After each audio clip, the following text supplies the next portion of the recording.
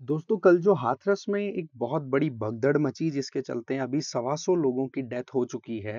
ये अपने आप में बहुत ही ज्यादा दुखद एक अपडेट आया है। बट पॉइंट यहाँ पर ये आता है कि क्यों इतनी भीड़ इन बाबाओं के पीछे पागल रहती है।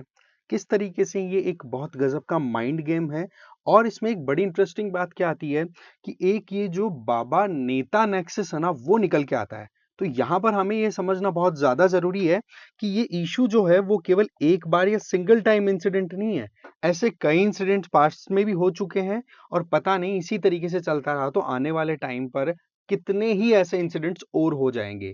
तो हमें यहाँ पर इन पॉइंटर्स को बहुत ज्यादा अच्छे से समझ लेना जरूरी है कि इंडिया का गुडमैन सिंड्रोम क्या है, किस तरीके से एक माइंड गेम के तौर पे ये काम कर रहा है, माइंड गेम के तौर पे ये काम कर रहा है। साथ ही साथ बाबा नेता नेक्सस इसका मतलब पॉलिटिक्स में इसका क्या रोल आ जाता है। और हमारी सोसाइटी में जो डिवीजन है अपर लोअर कास्ट का, स्ट्रेटिफाइड सोसाइटी होने के चलते कैसे ये बाबा लोग अपने मास इन्फ्लुएंस को या फिर आप कहते हैं ना कि मास फॉलोइंग को क्रिएट कर पाते हैं। और साथ ही साथ टेक्नोलॉजी का क्या रोल है, इन सारी चीजों को हम समझेंगे। तो ऐसे में हम आगे बढ़े उससे पहले आप लोगों के लिए 7 जुलाई तक आप लोगों के लिए जो भी प्रतिज्ञा दिवस के अनाउंसमेंट्स थे वो कंटिन्यू रहेंगे, जिनमें आप संकल्प, प्रहार, प्रहार 3.0 और टाइटन 4.0 इन पे आप डिस्काउंट ले सकते हैं। इसके अलावा जो प्रारंभ वाला जो सेगमेंट है जिसमें आप प्रारंभ 2027 और उसमें बीए डिग्री दोनों का आपके पास में स्कोप अवेलेबल है, ये आप चेकआउट कर सकते हैं। इसके अलावा एनसीईआरटी के जो बेसिक्स के बैचेज हैं वो भी आपको इंग्लिश और हिंदी दोनों में अवेलेबल हैं, लगभग 3000 की रेट में। सिमिलरली सेल्फ स्टडी का जो सेगमेंट है जिसमें ऑनलाइन और ऑफलाइन, जिसमें इंग्लिश और हिंदी दोनों सेगमेंट हैं, वो भी आप एक्सेस कर सकते हो। और ऑप्शनल बैचेस तो बहुत ही ज़्यादा इंटरेस्टिंग है, जहाँ पर आप अपनी खुद की जो ऑप्शनल की तैयारी है ना वो बेयर 7,500 में कर सकते हो। और वैसे देखा जाए तो ओवरऑल जितने भी हमारे कोर्सेज हैं उन सब पर आपको 30% तक का ऑफ अवेलेबल कराया जा रहा है, जितना भी आपको पहले रेट्स मिलती थी उनमें। और ये 7 जुलाई तक ऑफर चलेगा और फाइनली 8 जुलाई को आपके सेशन स्टार्ट हो जाएंगे। अब देखो मुद्दा क्या है, हुआ कैसे ये।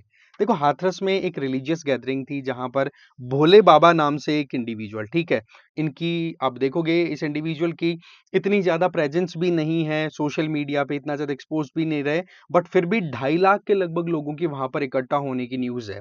अब होता क्या है कि वहां पर सारे जो लोग थे, बाबा जी ने अपनी तरफ से स्पीच, अपनी जो बात कहनी थी वो दे दी, प्रवचन देने थे वो दे दिए। फिर बाबा के पैर छूने की जो परंपरा है ना, धूप देने की, तो उसके चक्कर में लोग उनके पीछे लगे। ऐसे में बाबा तो निकल गए और भीड़ में मच गई भगदड़।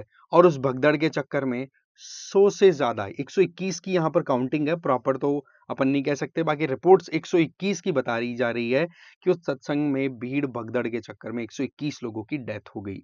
फिर उसके बाद में अगर एडमिनिस्ट्रेशन की बात करें तो एक बहुत बड़ा फेलियर माना जाएगा। कारण क्या है कि यूपी की जो चीफ सेक्रेटरी है ना मनोज कुमार जी, उनसे जब पूछा गया तो उन्होंने ये बताया कि ओवर क्राउडिंग की वजह से ये सारा इंसिडेंट हुआ है।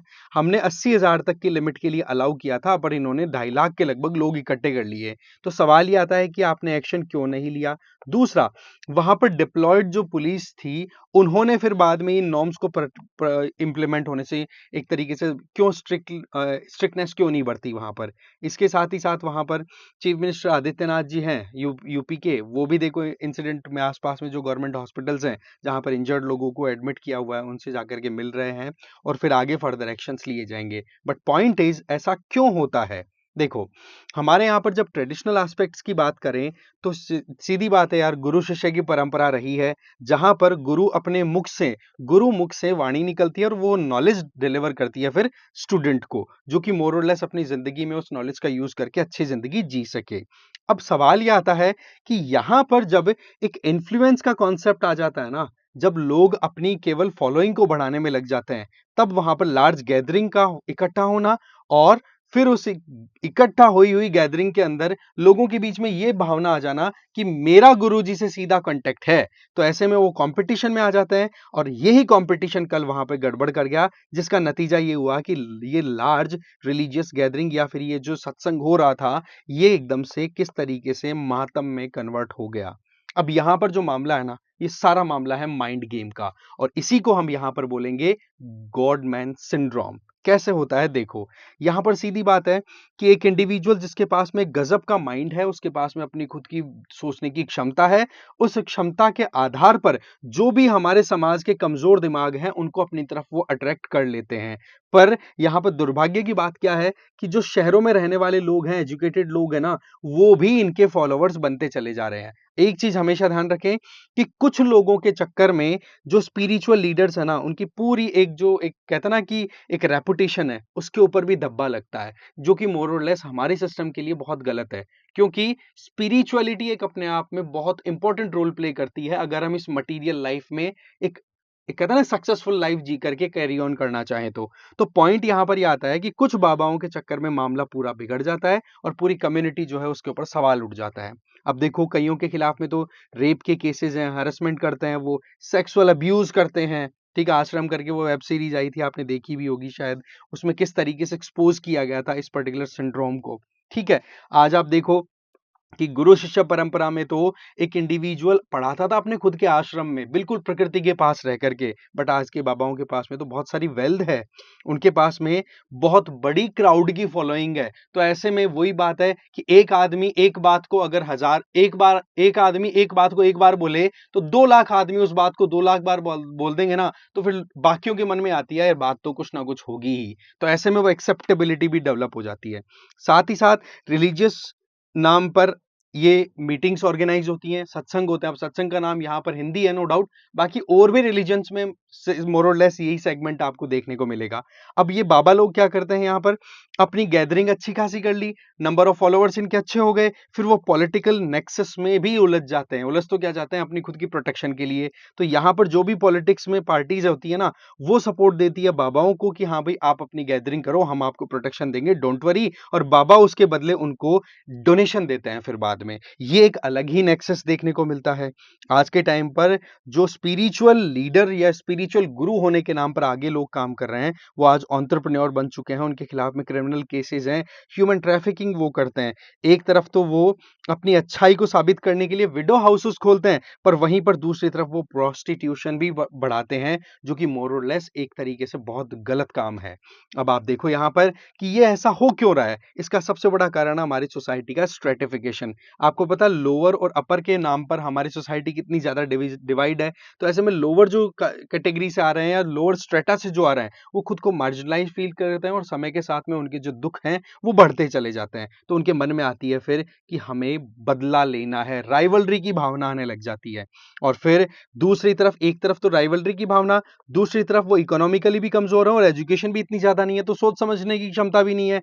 तो ऐसे लोगों को टारगेट करना इन बाबाओं के लिए बड़ा आसान हो जाता है। वो इजीली इनको टारगेट करके और अपनी फैन फॉलोइंग बढ़ाते चले जाते हैं। बट अगेन बता दूं, यहां तो ये केवल हम मार्जिनलाइज या वीकर सेक्शन ऑफ सोसाइटी की बात कर रहे हैं, बट अर्बनाइज्ड और एजुकेटेड लोग भी आजकल इस तरीके के इन्फ्लुएंस में दिखाई देते हैं।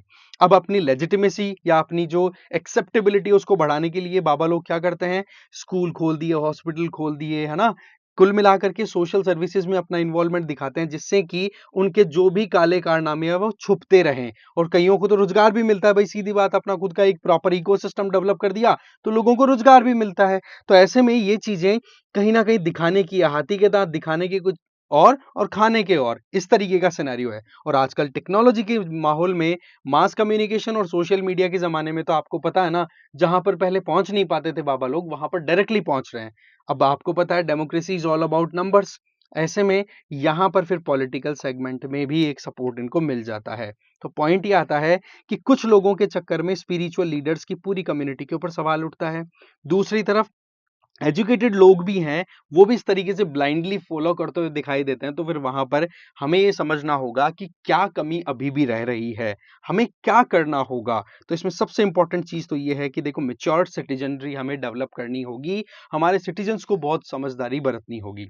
साथ ही साथ लॉ एंड ऑर्डर को मेंटेन करने के लिए स्ट्रिक्ट इंप्लीमेंटेशन होनी चाहिए, जो भी गाइडलाइंस आपने अप्रोप्रिएटली पहले इशू की थी। और साथ ही साथ अगर इंप्लीमेंटेशन नहीं होता है, तो जो भी अकाउंटेबल लोग हैं, जिनको भी आपने अप्रूवल दिया था, वो ऑर्गेनाइज करवा रहे हैं इस तरीके के इवेंट्स, उनको पकड़ो और उनको कड़ी से कड़ी सजा दी जाए। और आपके हिसाब से क्या हो सकता है, आप अभी कमेंट में बता सकते हैं। ठीक है, अब देखो, आपके लिए एक इंपॉर्टेंट क्वेश्चन है यहाँ पर कि इनमें से कौन सा पार्ट, इन चारों में से कौन सा हमारे कॉन्स्टिट्यूशन में राइट के तौर पे नहीं इंक्लूडेड है।